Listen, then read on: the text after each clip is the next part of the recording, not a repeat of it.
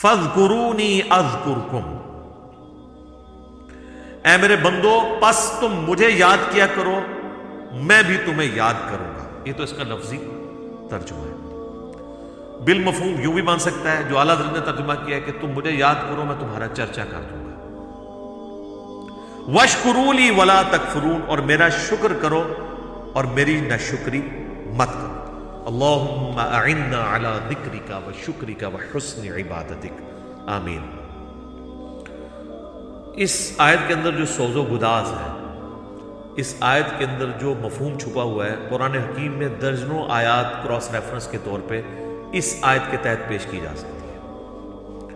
وَاذْكُرُوا اللَّهَ كَثِيرًا لَعَلَّكُمْ تُفْلِحُونَ، اللہ کو بہت کثرت کے ساتھ یاد کرو تاکہ تم کامیاب ہو جاؤ۔ اچھا، اب اللہ تعالیٰ کے ذکر کی اقسام کیا ہے، میں موٹی موٹی گفتگو یہاں پہ بھی کر دیتا ہوں، یہ آیت متقاضی ہے۔ مینلی اللہ تعالیٰ کے ذکر کی 3 اقسام ہے جو قرآن و سنت سے ہمیں پتہ چلتی ہے۔ اس میں نمبر 1 قسم جو ہے وہ یہ قرآن ہے۔ اِنَّا نَحْنُ نَزَّلْنَا الذِّكْرَ وَإِنَّا لَهُ لَحَافِظُونَ، سورۃ الحجر آیت نمبر 9۔ بے شک ہم نے اس الذکر، یاد دلانے والی، نصیحت کرنے والی کتاب کو نازل کیا اور ہم ہی اس کی حفاظت کرنے والے ہیں۔ دوسرے نمبر پہ نماز کو ذکر کہا گیا قرآن میں، وَأَقِمِ الصَّلَاةَ لِلذِّكْرِ، اور میری یاد کے لیے نماز کو قائم رکھو۔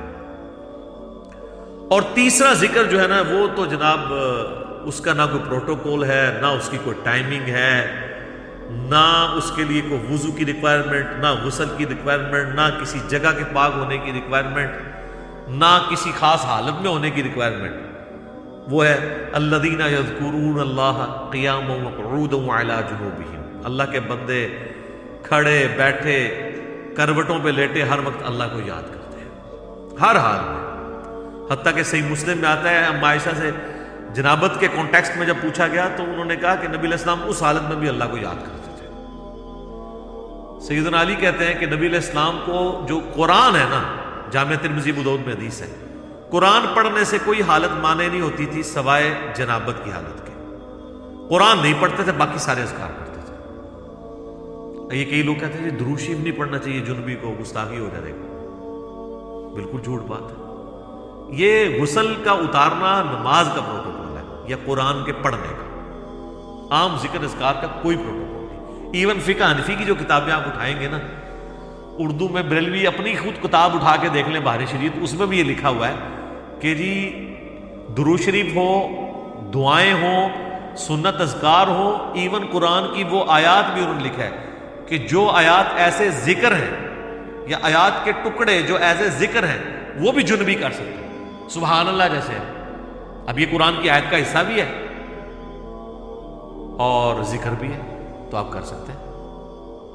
اِنَّا لِلَّهِ وَإِنَّا إِلَيْهِ رَاجِعُونَ، یہ آگے آیت آ جائے گی، یہ آیت بھی ہے اور ایسے دعا بھی ہے۔ سواری پہ بیٹھنے کی دعا سورہ زخرف میں جو آئی ہے، سبحان الذی سخر لنا ھذا وما كنا له مقرنین، اب یہ پوری آیت ہے قرآن کی، لیکن یہ چونکہ دعا ہے جنبی بھی پڑھ سکتے ہیں۔ تو یہ اللہ تعالیٰ نے ایک آسانی دی ہے سب سے۔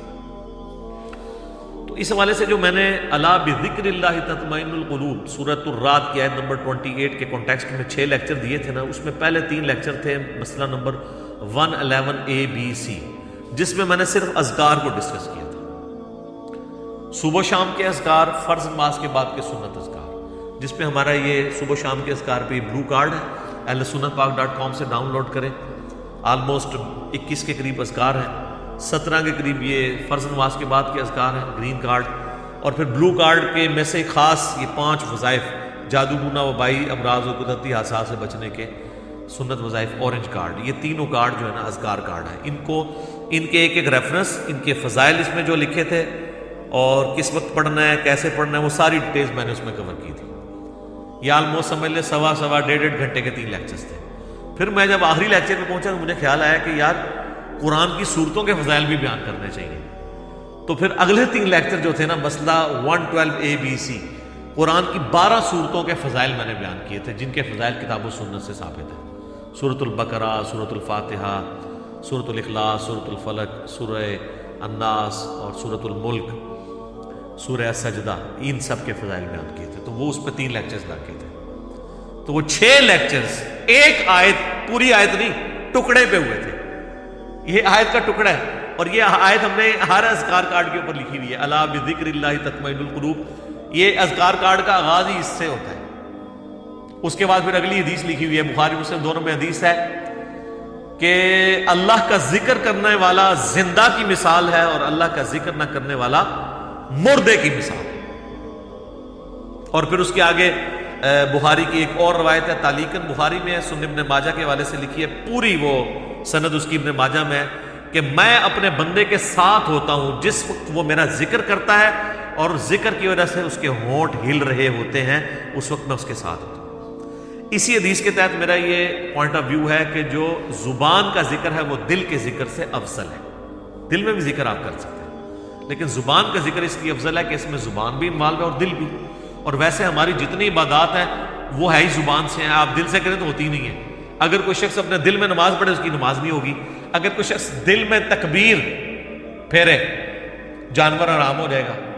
دل میں طلاق دینے سے بھی نہیں ہوتی. اچھا کتنے لوگ رابطہ کرتے ہیں جی، بیوی پہ غصہ آتا ہے بعض کا تو دل میں نہ کتنی دفعہ اس کو طلاق دی ہے، زبان پہ نہیں لائی ہے، تو کوئی فرق نہیں. دل ہے کرو جتنی مرضی گانا بھی کاٹ لو. تو بال برے خیال نہیں دل میں لانا چاہیے. زبان سے جب تک آپ نہ کہیں اور آپ کے اپنے کان سن نہ لیں یا آپ لکھ نہ دیں، لکھنے سے بھی طلاق ہو جائے گی. کئی لوگ یہ بھی پوچھ رہے ہوتے ہیں کہ ٹیکسٹ میسج کیا، بس وہ میسج جب آپ نے لکھ دیا نا، وہ میسج آگے گیا یا نہیں گیا، طلاق ہو گئی. خط پہ طلاق لکھ دی، طلاق پہنچی یا نہ پہنچی تو وہ آپ کی طلاق ہو گئی. وہ کہتے ہیں جی بھیجی سی رستے جو ڈاکیے کو لے لیجیے، ڈاکیے سے لے جو وہ تیر تو چل چکا تھا اسی وقت. ہوا یہ کہ فقہ حنفی میں ایک مسئلہ ہے کہ اگر کوئی شخص خط میں یوں لکھے نا کہ جیسے ہی یہ میرا خط تجھے ملے تو متعلقہ ہے، ایڈی وڈی کہانی ایک کون لکھتا ہوئے گا. تو اب یہ ٹیکنیکلی سپیکنگ تو ٹھیک ہے کہ اگر خط نہ ملا تو طلاق نہیں ہوگی.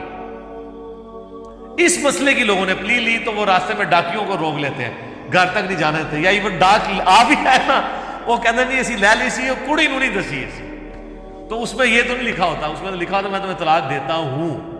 واٹس ایپ میسج کیا، لکھ دیا، کچھ بھی کیا، طلاق ہوگی.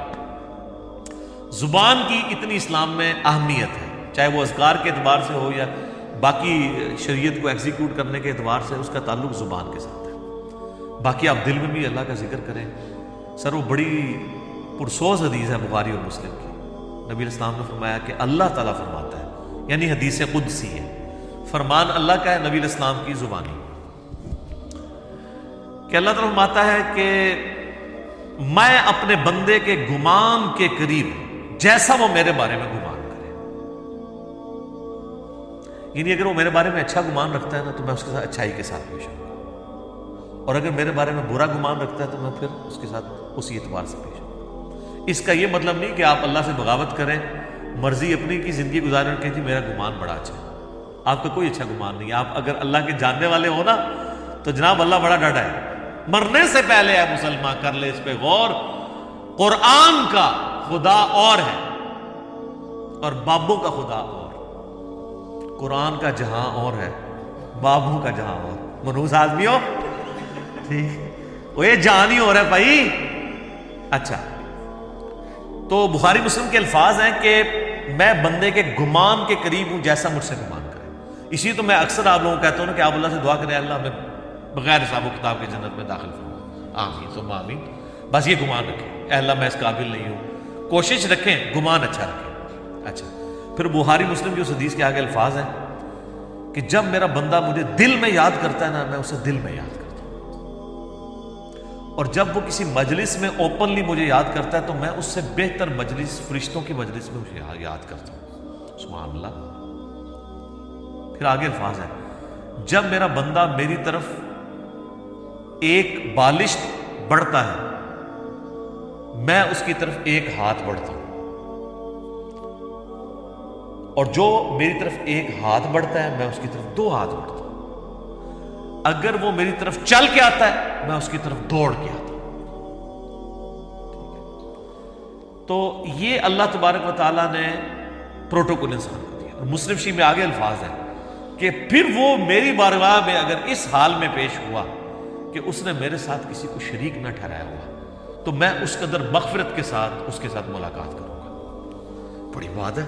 اور ترمذی میں الفاظ ہیں کہ اگر میرا بندہ زمین و آسمان گناہوں سے بھر دے، سر اس سے زیادہ کوئی نہیں کر سکتا نا گناہ، اور اس نے شرک نہ کیا ہوا نا، تو میں اس کے ساتھ مغفرت کے ساتھ پیش آؤں گا.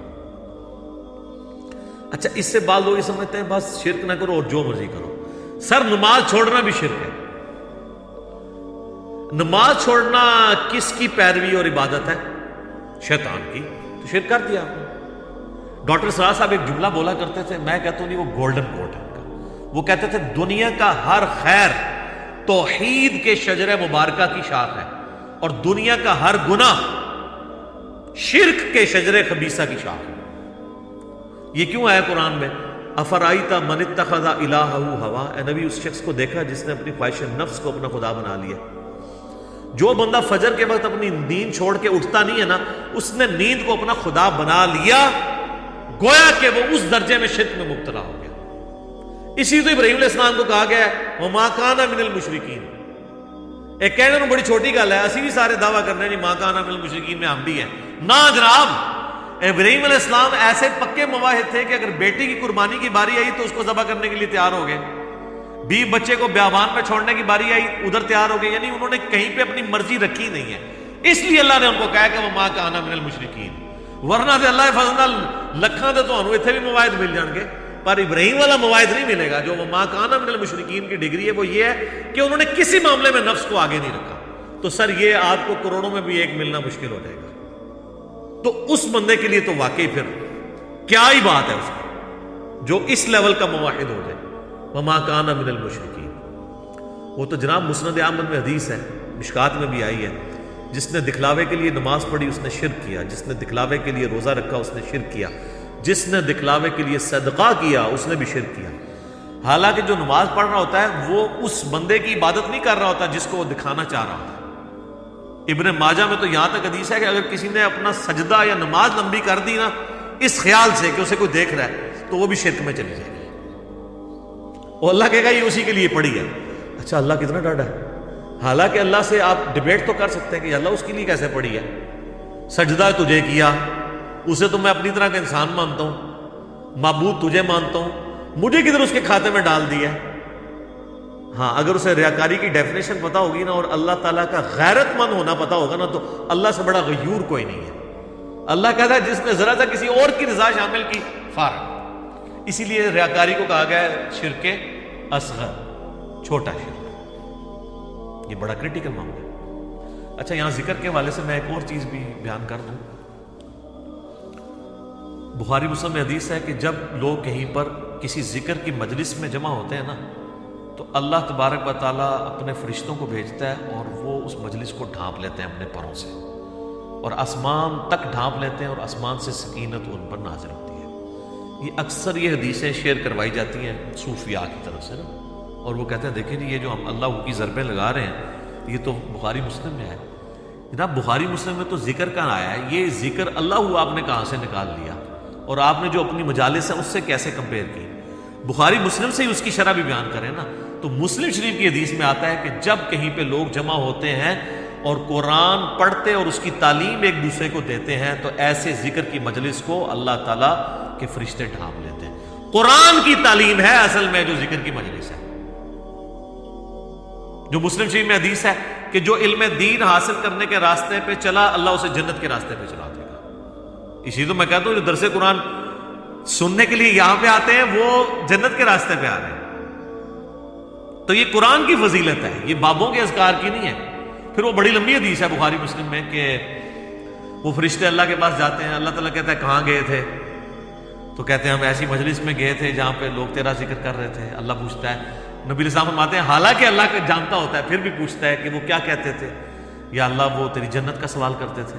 بخاری مسلم کے الفاظ ہیں، اللہ تعالیٰ فرشتوں سے پوچھتا ہے کہ کیا انہوں نے میری جنت دیکھی ہے؟ کہتے ہیں نہیں یا اللہ. تو پھر بھی وہ مجھ سے جنت کا سوال کر رہے ہیں،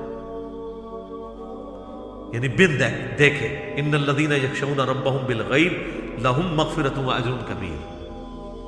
اور کیا کہتے تھے؟ یا اللہ وہ کہہ رہے تھے ہمیں دوزخ کے عذاب سے بچا لے.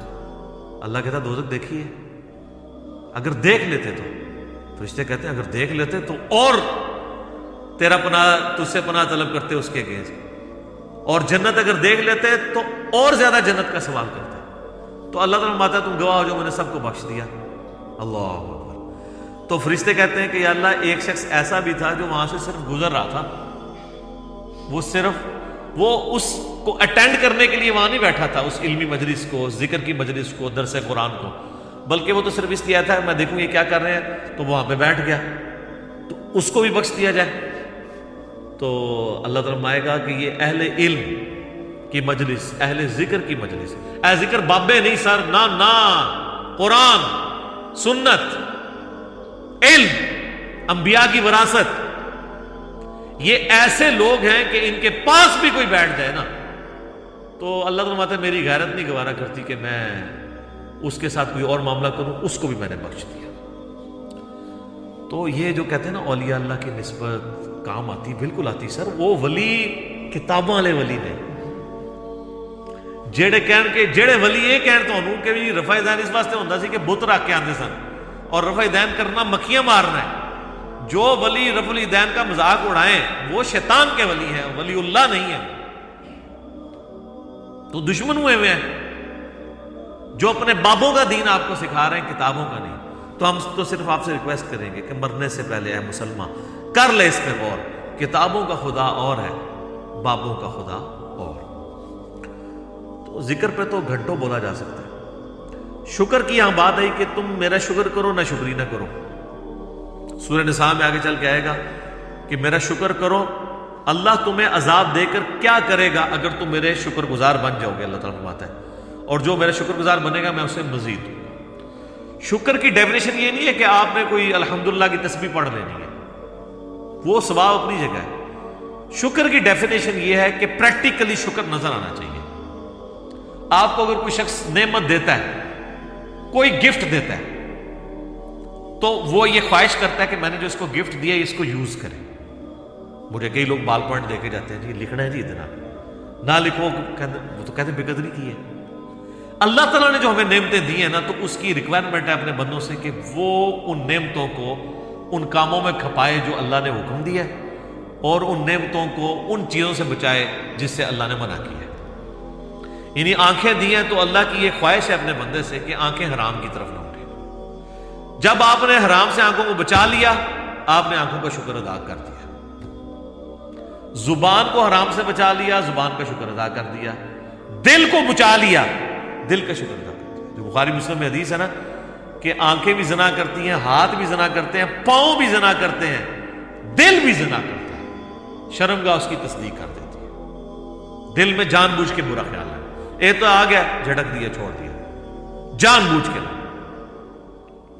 پیٹ کا شکر یہ ہے کہ پیٹ میں حرام مال نہ جائے. پاؤں کا شکر یہ ہے کہ پاؤں حرام کام کی طرف نہ اٹھے. ہاتھ کا شکر یہ ہے کہ ہاتھ حرام کام کی طرف نہ پڑے، نہ کسی پہ ظلم کے لیے نہ کمائی کرنے کے لیے. تو یہ سارا ہے. تو اب اندازہ لگائیں کہ دنیا میں سب سے مشکل کام اگر کوئی ہے نا تو شکر کرنا ہے. لوگ کیا کہتے ہیں جناب، پہلے خوب اللہ کا گلہ شکوہ کرتے ہیں، اپنا پورا غصہ نکالتے ہیں معاذ اللہ، اینڈ تک کہتے ہیں چلو جی جو دی مرضی، اللہ کا شکر ہے جی. پھر بھی تو جو اپنی روح راضی کرنی ہوتی ہے وہ کر لیتے ہیں، اور پھر اس کو نام صبر کا دے رہے ہوتے ہیں. حالانکہ بخاری میں حدیث ہے کہ صبر تو صدمے کے آغاز کے اوپر ہے. جب آپ نے اس وقت نہیں کیا تو پھر تو بات ختم ہوگی. لے جی صبر کا ذکر شکر کے ساتھ جڑا ہوا، تو اگلی آیت بھی سن لیں، وہ اسی سے ریلیٹڈ ہے. یا ایھا الذین آمنوا استعینوا بالصبر والصلاۃ. اے ایمان والو مدد طلب کیا کرو صبر کے ذریعے اور نماز کے ذریعے. کس کی مدد؟ اللہ کی. ظاہر ہے شیخ عبدالقادر جیلانی کی مدد تو نہیں طلب کرنی، مولا علی کی مدد تو نہیں طلب کرنی، اس سے اللہ کی. کیونکہ ساتھ یہ آ گیا ان اللہ مع الصابرین، بے شک اللہ صبر کرنے والوں کے ساتھ ہے. یعنی جو صبر کرنے والے ہیں ان کے ساتھ اللہ ہو جائے گا. جب وہ صبر کے ذریعے اللہ کو پکاریں گے اللہ ان کی مدد فرما دے گا. سمپل چیز ہے. اور آپ کو حیرانگی ہوگی کہ آپ کے اس وقت سب کانٹیننٹ میں کروڑوں لوگ ہیں جو اس آیت کو اور ان فرقوں کے لاکھوں علماء اس آیت کو یوز کرتے ہیں غیر اللہ سے استعانت کے لیے. وہ کہتے ہیں آپ کہتے ہو اللہ کے سوا کسی کو پکار نہیں سکتے، قرآن تو کہہ رہا ہے صبر کو بھی پکارو اور نماز کے ذریعے بھی مدد چاہو. تو صبر اور نماز تو اللہ نہیں ہے. تو یہ لوگوں کو پہلے بات نہیں سمجھ آتی تھی، میں نے اس کو سمپل کر دیا ہے. انہی لوگوں نے جب یہ ہمارے سامنے آیتیں پڑھتے ہیں تو ہم کہتے ہیں اس کا مطلب ہے المدد یا نماز، المدد یا صبر، میری مدد فرمائیے. تو کہتے ہیں نہیں، یہ تو مطلب نہیں ہے. تو پھر آپ تو یہی کر رہے ہیں نا، اس سے آپ المدد یا شیخ عبد القادر جیلانی نکال رہے ہیں، یا آپ شیخ عبد القادر جیلانی سے یوں کریں کہ وہ آپ کے سامنے موجود ہوں اور آپ ان کے ذریعے دعا کروا لیں، وہ تو ایک معاملہ علیحدہ ہو جائے. پھر تو آپ کہیں گے ہم نے اللہ ہی سے مانگا ہے. لیکن آپ تو ڈائریکٹ ان کو پکار رہے ہیں، اور وسیلے کے نام پہ دھوکہ. یہ میرا پچھلے دنوں ویڈیو ریکارڈ ہوئی ہے، وسیلے کے نام پہ دھوکہ. وسیلے کے نام پہ استعانت کر رہے ہوتے ہیں، استغاثہ کر رہے ہوتے ہیں، اور نام اسے توسل کا دیتے ہیں. تو کسی نے نہیں کہا المدد یا نماز، المدد یا صبر، بلکہ اللہ کی مدد چاہتے ہیں. اس کا مطلب یہ ہے کہ جو نماز پڑھے گا اللہ کی مدد کا حقدار ہو جائے گا، جو صبر کرے گا وہ اللہ کی مدد کا حقدار ہو جائے گا. اس سے ایک ایسا وسیلہ پتہ چلا جسے ہم کہتے ہیں نیک اعمال کا وسیلہ، کہ آپ نیک اعمال کو بھی اللہ کے حضور وسیلے کے طور پہ پیش کر سکتے ہیں. وہ جو بخاری مسلم میں 3 لوگوں کا ذکر ہے جو غار میں پھنس جاتے ہیں، پہلے ایک اللہ کے حضور وسیلہ پیش کرتا ہے اپنے عمل کا جو اس نے سب سے چھپا کے کیا ہوتا ہے، تھوڑا سا پتھر سرک جاتا ہے، پھر دوسرا، پھر تیسرا، پھر کھل جاتا ہے. نیک اعمال کا وسیلہ پیش کریں. یہ 6 وسیلے ہیں، 5 ثابت ہیں، ایک ثابت نہیں ہے. میرا وسیلہ اور توسل کے اوپر جو لیکچر ہے مسئلہ 43 وہ بھی دیکھ لیں، اور لیٹسٹ جو وسیلے کے نام پہ دھوکہ، یہ آپ دیکھیں تو آپ کو پتہ چل جائے گا. تو ان آیات کو مس کوٹ کرتے ہیں، حالانکہ اس کا تعلق اللہ ہی کے ساتھ ہے کہ صبر اور نماز کے ذریعے آپ نے اللہ کی طرف متوجہ ہونا ہے. صبر کے اندر پوری زندگی ہے، بلکہ نماز بھی صبر ہی ہے. جناب فجر کی نماز گرمیوں میں اٹھ کے پڑھنا صبر نہیں ہے، جب نیند ہی نہیں پوری ہوتی. سردیوں میں نماز کے لیے وضو کرنا کیا صبر نہیں ہے؟ صبر کی 3 اقسام ہیں مینلی. ایک صبر ہے اللہ تعالی کی طرف سے آئے ہوئے تکلیفوں پہ صبر کرنا، وہ تو ہم سب کو پتہ ہے، اور وہ صبر ہوگا ابتدائی صدمے میں. اس کی آگے آیات بھی آ جائیں گے، اس کے لیے آپ نے کہنا ہے انا للہ و انا الیہ راجعون. بے شک ہم خود بھی تو اللہ کی طرف سے آئے تھے، ہم نے لوٹ کے اللہ کی طرف جانا ہے. یہ تکلیف بھی آئی، الٹیمیٹلی چلی جائے گی. اور صحیح مسلم میں آگے ایک اور دعا کا حصہ ہے، اللہم اجرنی فی مصیبتی واخلف لی خیرا منہا. تو مسلم شریف کے الفاظ ہیں، جو یہ دعا پڑھ لے گا تو اللہ تعالیٰ اسے بہتر نعم البدل عطا فرمائے گا اس چھوٹ جانے والی چیز کے. اس کا مطلب یہی ہے اللہم اجرنی فی مصیبتی، اے اللہ اس مصیبت میں مجھے اجر عطا فرما، وَأَخْلِفْ لِي خَيْرًا مِّنْهَا، اس سے بہتر میرے لیے خلیفہ مقرر کر دے، بہتر نعم البدل. اور مسلم شریف کے الفاظ ہیں، ام سلمہ کہتی ہیں جب میرا خامد ابو سلمہ فوت ہوا تو میں بڑی دکھی تھی، تو میں نے حضور سے یہ دعا سنی ہوئی تھی، انا للہ و انا الیہ راجعون، اللہم اجرنی فی مصیبتی واخلف لی خیرا منہا. یہ یوٹیوب پہ میرا ایک کلپ بھی اپلوڈڈ ہے، غم کی خبر کو خوشی میں بدلنے کی دعا. تو اس میں میں نے اس کو ڈسپلے بھی کروایا نیچے. تو کہتی ہے میں نے یہ دعا پڑھ لی اور میں پھر پریشان تھی کہ ابو سلمہ سے بہتر تو نبی اسلام کے صحابہ میں کوئی اور صحابی نہیں ہے، تو مجھے اللہ تعالیٰ اس کا بہتر نعم البدل کیا دے گا. تو کہتے ہیں جیسے ہی میری عدت پوری ہوئی تو نبی الاسلام میرے پاس آئے اور انہوں نے میرے سامنے اس خواہش کا اظہار کیا کہ میں تمہیں اپنے عقد میں لینا چاہتا ہوں. تو کہتی ہیں میں نے کہا مجھے واقعی نعم البدل مل گیا. اور ام المومنین بنی ہیں 64 ہجری میں فوت ہوئی ہیں، واقعہ کربلا کے بھی 3 سال بعد فوت ہوئی ہیں. نبی الاسلام کی وفات کے بعد یہ 53 سال زندہ رہی ہیں. اتنی لمبی عمر کسی اور امہات المومنین میں سے کسی نے نہیں پائی. سب سے آخر میں حضور کی جو بیوی فوت ہوئی ہے ام سلمہ ہے. اور اہل بیت کی شان میں اور کربلا سے ریلیٹڈ جتنی احادیث ہے نا وہ آلموسٹ ام سلمہ نے روایت کی ہوئی ہے. نبی اسلام کی یہ بڑی لاڈلی ترین بیویوں میں سے ام سلمہ سلام اللہ علیہا ورضی اللہ تعالی عنہا. تو انہوں نے یہ دعا پڑھ لی تھی، تو وہ اس کا کچھ حصہ آگے آ بھی جائے گا. اللہ تعالیٰ نیک بندوں کی نشانی بتائے گا کہ وہ جب بھی ان پہ کوئی تکلیف آتی ہے تو وہ یہی کہتے ہیں انا للہ و انا الیہ راجعون. تو پہلا صبر ہے تکلیفوں پہ. دوسرا صبر ہے جو اللہ نے آپ پہ پابندیاں لگا دی ہیں فرائض کی. نماز پڑھنی ہے،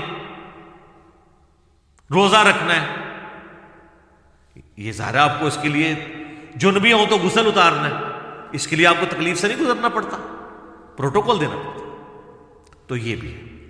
اور تیسرا صبر ہے حرام چیزوں سے بچنے پہ. آنکھوں کی حفاظت کرنا، اس کو حرام سے بچانا، اس کے لیے صبر کرنا پڑتا ہے.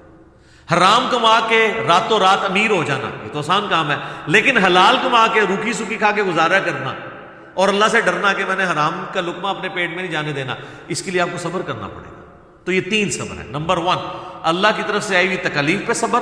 نمبر 2 اللہ نے جو آپ پہ فرائض لگائے ہیں ان فرضوں کو منوان اسی طریقے سے پورا کرنے میں جو تکلیفیں اٹھانی ہیں اس پہ صبر، چاہے وہ گرمیوں کے روزے ہوں اور سردیوں کے وضو ہوں اور گرمیوں کی فجر کی نماز ہو.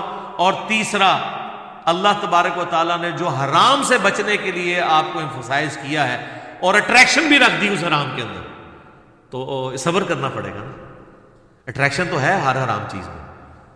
مسلم شریف میں حدیث ہے اللہ تعالیٰ نے جنت کو ناگوار چیزوں سے ڈھانپ دیا ہے اور جہنم کو، دوزخ کو خوشگوار چیزوں سے ڈھانپا ہوا ہے. یعنی دنیا میں ہر خوشگوار چیز دوزخ کی طرف لے جاتی ہے اور ہر ناگوار چیز جنت کی طرف لے جاتی ہے. اب وہ ناگوار کی ہرڈلز جو عبور کرے گا نا وہ جنت تک پہنچے گا. یہ ہے وہ چیز. اس پہ خیر گھنٹوں بولا جا سکتا ہے. میرا ایک لیکچر ضرور سنیں، میں نے ان ساری چیزوں کو اس میں بریف کیا ہے. مسئلہ 120 سورۃ الفرقان سے اللہ کے صحیح اولیاء کی 12 خصوصیات کیا ہیں وہ میں نے بیان کیے. اس میں میں نے کافی ساری حدیثیں بیان کی تھی. آج مان لی کہ میں ان کی طرف جاؤں، ان آیات کو کور کر لیتے ہیں.